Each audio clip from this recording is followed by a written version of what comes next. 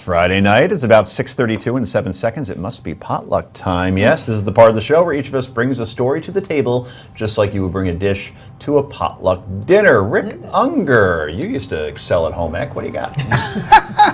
I was better at home ec than I was at shop, I'll tell you that. I can believe that. Yeah. Interesting juxtaposition of a poll that's out today and a study that's out today. The poll indicates that 60% of Americans like President Obama's idea about 2 years of free community college. Surprised me, I have to tell you. I didn't think that they would.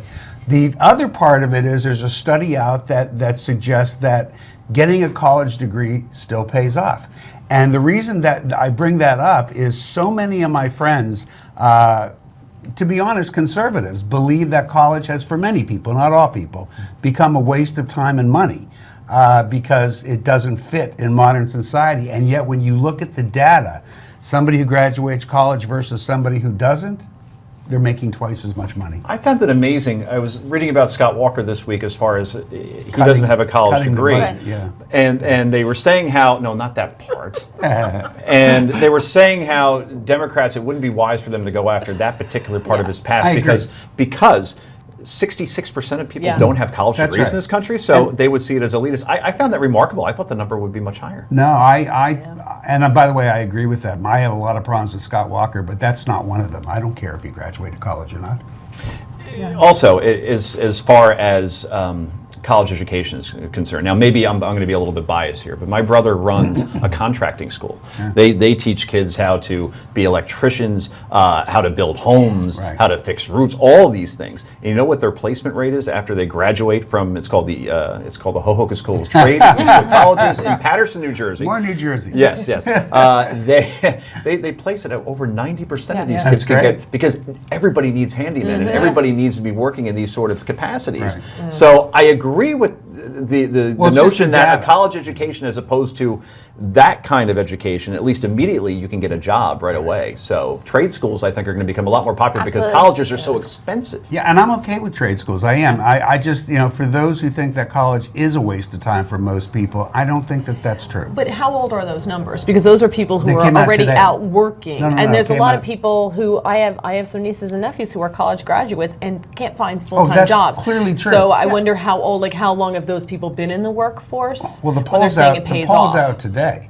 So it's a recent poll, but and yes, there's no question that this generation is having a harder time, but that won't be forever. Depends on the degree. That may be too. You're a psychology major. That's right. Guess what? You better get something else along with that. That won't be forever. And when the economy does get back to something resembling normal, if it ever does, we get a Republican. Could happen. Could happen. We have to move on to our second course, and who is up for the? Hey, Mary, it's you. Me, my very first. I'm very excited. Do you cook at home?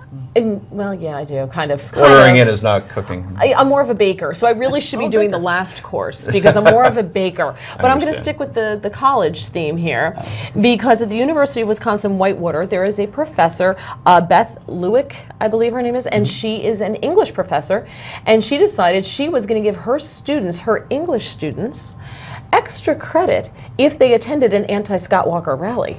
Really? Yeah, I know it's shocking. Credit. I know it is shocking.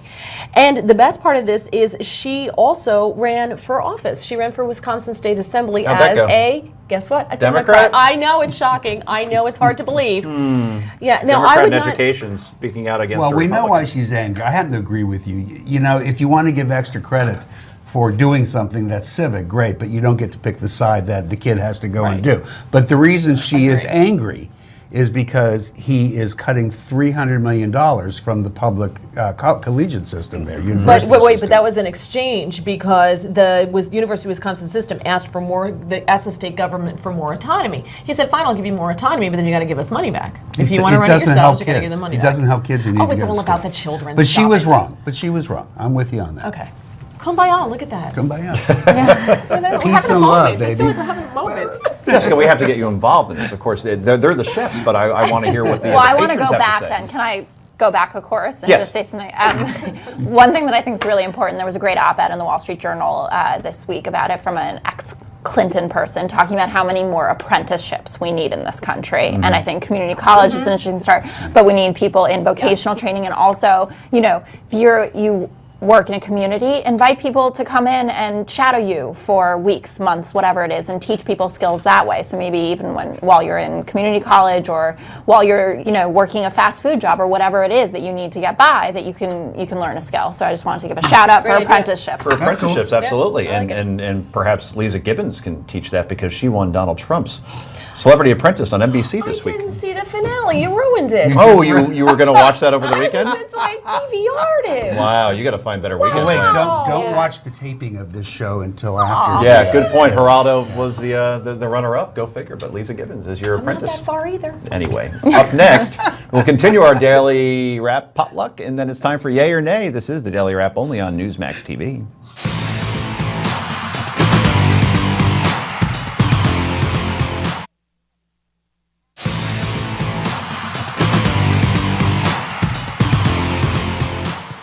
And welcome back, everybody. We're in the middle of our serving up of potluck, and we have another newcomer with us, Jessica. Hi. What are you cooking up? All of a sudden, yeah. So what I wanted to talk about were the allegations that Bill O'Reilly has embellished his coverage of Falklands War in 1982, and talk about that in relation to Brian Williams. And I think it's a whole bunch of nothing, but the point that I really wanted to raise comes actually out of a piece that David Carr wrote right before his untimely death about 8 days ago, and about the nature of memory and how that changes over time, and this expectation that you're going to get 100% accuracy from anyone is misguided. And how do we deal with the media now moving forward and accepting that this is part of it? So that's my know what I'm dish. afraid of. Now I'm a media writer, at heart. So I've been following this O'Reilly and Yeah. obviously Brian Williams before Right. that. Williams, you could count up probably maybe 8 or 9 lies that, dysentery and the dead bodies in Yeah. Katrina and the roving gangs and the 5-star hotel he was staying at and the cop that saved him and obviously everything with There's the some Iraq stuff. War. There's some stuff. Yeah. With O'Reilly, it's one thing, and as you said, it's all about nothing because Right. it's semantics. All right, he never said he was in the Falklands. He said he was in Argentina, and in Argentina there were violent protests, and the person that was with him, I believe a cameraman, he was bleeding. He did have to get him out of there, and now we see David Corn from Mother Jones starting a partisan food fight, and boy, it's doing wonders for Mother Jones's website, and everybody's talking about it. I think what we're going to see now is we're going to see various journalists going after other journalists, if you want to call David Corn a journalist, and trying to do find wanna one little call lie him they that may way. have said over the last Why 30 wouldn't years. you call David Corn a journalist? He's a great journalist. Really? Yes. He sent a note to Fox today saying, warning the staff about Bill O'Reilly because Bill O'Reilly mentioned something about a kill zone. In other words, he feared for their safety. Real journalists don't do that. But And by the wasn't way, he's the David Corn- creepiest looking person on television. I will say that on national I television. thought right you now. thought that was Debbie Wasserman Schultz. Yeah. No. That I was just a- said she needed Keratin. I think she's a But fine what woman. about the fact that you want to say David Corn isn't a journalist? I mean, wasn't the 47% video of Mitt He didn't shoot Romney it. It born was out sent of to him. that? Well, it was sent to him, but then, I mean, he led the journalistic charge on that, and I think that was pretty important for Americans to know that. Oh, the that was- I've president- known yeah. David for a long time, and I got to tell you, without commenting what he looks like on TV, he is a great journalist. Really? He is. So you agree with what he's doing here? No. Because Doesn't it's mean he's not a partisan great and journalist. it stinks. Well, it's But been the Brian partisan Williams- all I the mean- way along, all this stuff. I don't buy any of it. I hate when the media covers the media. Mary? Yeah, I believe it or not, blind squirrel in a nut. I agree with Rick. I don't like when the media covers the media, and I think we use the word journalist way too loosely. Yeah, but David is really. Way too loosely, and there's a I think he a lost his difference. credentials this week. There's a difference between having an opinion and pushing an agenda and being a real journalist, and we're blurring that line so much that And I think Mr. it's Corn is really pushing an dangerous. And I'll agenda. agree with you on that. I will agree in that section. I think I do believe he's pushing an agenda here, and that's where you start to lose the journalist mantle in that sense. We have to keep the line between opinion and clear-cut journalism, and if you're going to go into opinion and you're going to push an agenda, you're not a journalist anymore. Look, it's not a story that I would have written because I don't think it's that big of a deal. Right. And it's not a story that I've written about. But It's a business decision. You know what it is? did Wonders for the Well, it's website. it did do wonders for the website. You're right about that, Mm-hmm. and so maybe that is a piece of it.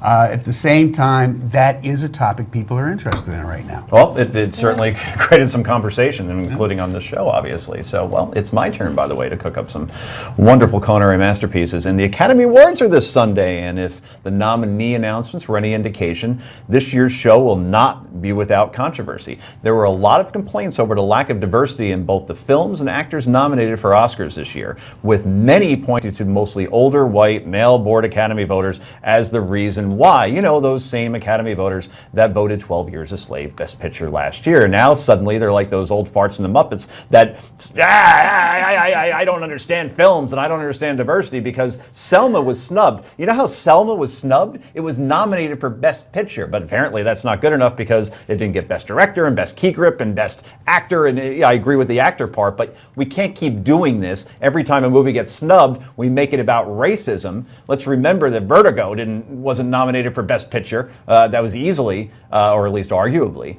Hitchcock's greatest film. And believe it or not, the original Jaws, Steven Spielberg, wasn't nominated for Best Director, and that movie wasn't nominated for Best Picture, nor was The Shining. And oh, by the way, Goodfellas, which is probably one of the best movies of a generation, many would say, was beaten out by Dances with Friggin' Wolves and Kevin Costner in 1991. So please, when Selma doesn't win on Sunday, and it probably won't because it was a good movie, certainly not a great movie, believe it or not, we're going to hear on Monday, actually believe it, that everybody is racist in the Academy. And we're going to hear about their age and we're going to hear about the color of their skin because for 2 years in a row, they didn't pick a film that was primarily having black actors made by a black woman, and they're going to call it racist, and it's just a shame. And oh, by the way, The Imitation Game will win. You can put your money on that. I'm sorry, I'd love to discuss this with you guys, but apparently we're all out of time during my rant. But we do have a nice trailer for The Imitation Game. I recommend everybody go see that. Anyway, you guys, let's see. We're going to go to Yay or Nay next. This is the Daily Wrap only on Newsmax TV.